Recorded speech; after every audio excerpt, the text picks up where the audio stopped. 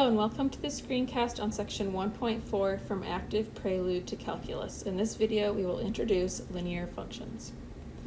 Linear functions, functions whose graphs are straight lines, are very familiar to you. In light of our recent work with average rate of change, there is a new perspective from which you can think of linear functions. A function is called linear whenever its average rate of change is constant on any interval. The value of that average rate of change is the slope of the line that results when we graph the function. Once we know that a function has constant average rate of change and is therefore linear, it is straightforward to write down a formula for the function.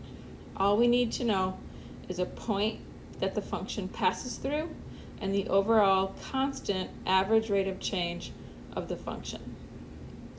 One of the most important perspectives we can take on linear functions in applied contexts is that their slope tells us the function's average rate of change. Said differently, when we think of the slope of a function, where m equals f of b minus f of a all over b minus a, which is equal to the change in output divided by the change in input, the units on the slope are always the units of output per the unit of input.